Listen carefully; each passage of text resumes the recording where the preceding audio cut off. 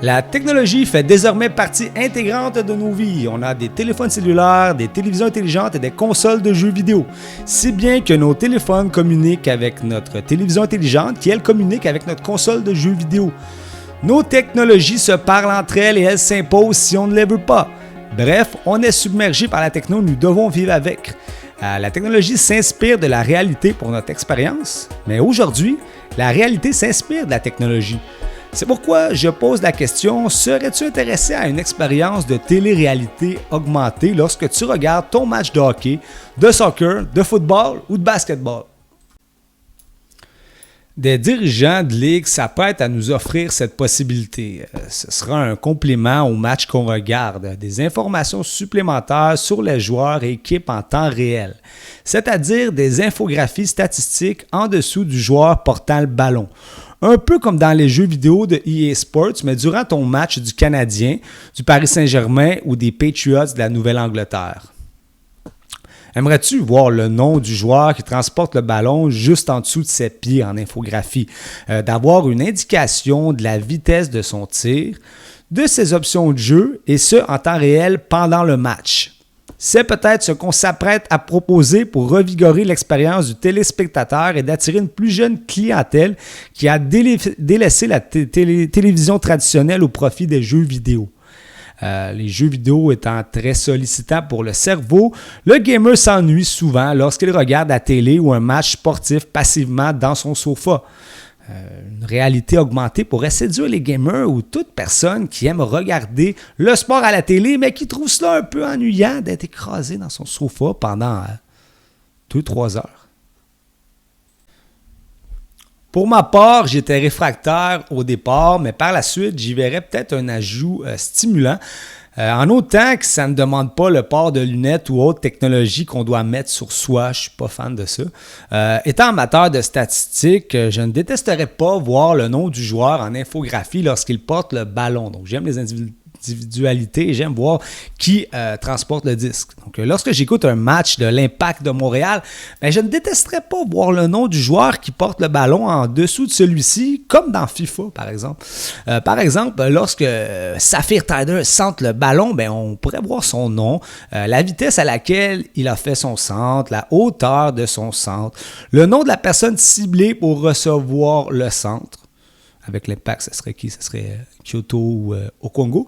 Le pourcentage de réussite ou d'échec, etc. Pourquoi ne pas rendre personnalisable cette réalité augmentée? Par exemple, si je ne m'intéresse pas aux statistiques chiffrées, on pourrait avoir l'option de seulement inclure le nom du joueur. Je ne sais pas si tu vois ce que je veux dire. Comme quand tu joues à NHL ou à FIFA, il y a le nom du joueur qui transporte la rondelle, mais tu pourrais le voir quand tu regardes le match de PSG ou du Canadien. Et je pense que ça pourrait être bien, surtout au soccer. Des fois, on ne sait pas c'est qui a le ballon, mais c'est dur de reconnaître le joueur. Il pourrait être possible, lorsque tu regardes un match des Canadiens, d'appuyer sur pause lorsque Shea Weber sort de sa zone. De sélectionner sur ta télévision intelligente Shea Weber, de voir sa bio, son style de jeu, dans son cas, c'est quoi? C'est de la robustesse, une première passe, un gros tir, ses statistiques, etc. Et de repartir le match en ayant appris des informations sur le type de joueur. Autrement dit, on pourrait décider des informations statistiques que les journalistes nous présentent. On pourrait décider celles qui nous intéressent et qu'on veut voir.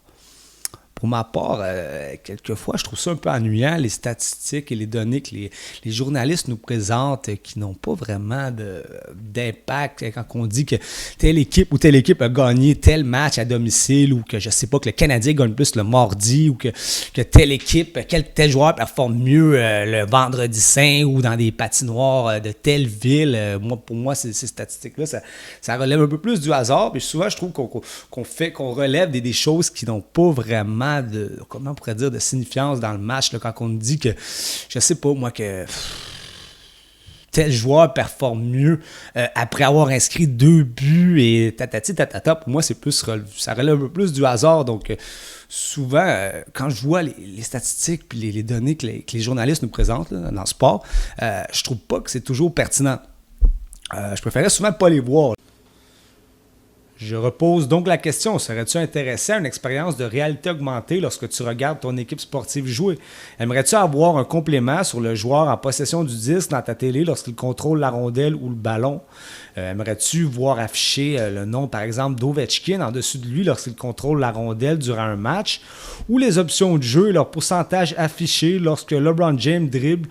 Ou bien la vitesse du tir affichée en dessous du ballon lorsque Cristiano Ronaldo tire de loin? En notant que cette réalité augmentée soit incrustée dans ton écran et qu'il soit possible de la désactiver ou de la personnaliser, on gagnerait à avoir ce supplément d'informations qui améliorerait l'expérience du téléspectateur lorsqu'il regarde son équipe sportive favorite performer. On est plus que jamais rendu là dans une période où le réel et le virtuel se côtoient et se bonifient. On voit de plus en plus d'athlètes et de sportifs professionnels migrer du réel au virtuel et vice-versa. Par exemple, dans la course automobile, on voit plusieurs gamers qui jouent dans des jeux de course simulation et qui deviennent des professionnels dans la vraie vie pour finalement conduire, par exemple, faire des compétitions de rallye. Et à l'inverse, on voit des professionnels de rallye et des conducteurs professionnels migrer vers les jeux vidéo pour devenir des streamers ou des gamers professionnels. Donc, on est vraiment plus que jamais dans une période où le réel et le virtuel se côtoient. Et je crois qu'on verra ça lorsqu'on regardera le sport prochainement, dans un futur plutôt proche. Donc, c'est tout pour aujourd'hui et on se revoit bientôt. Bye bye!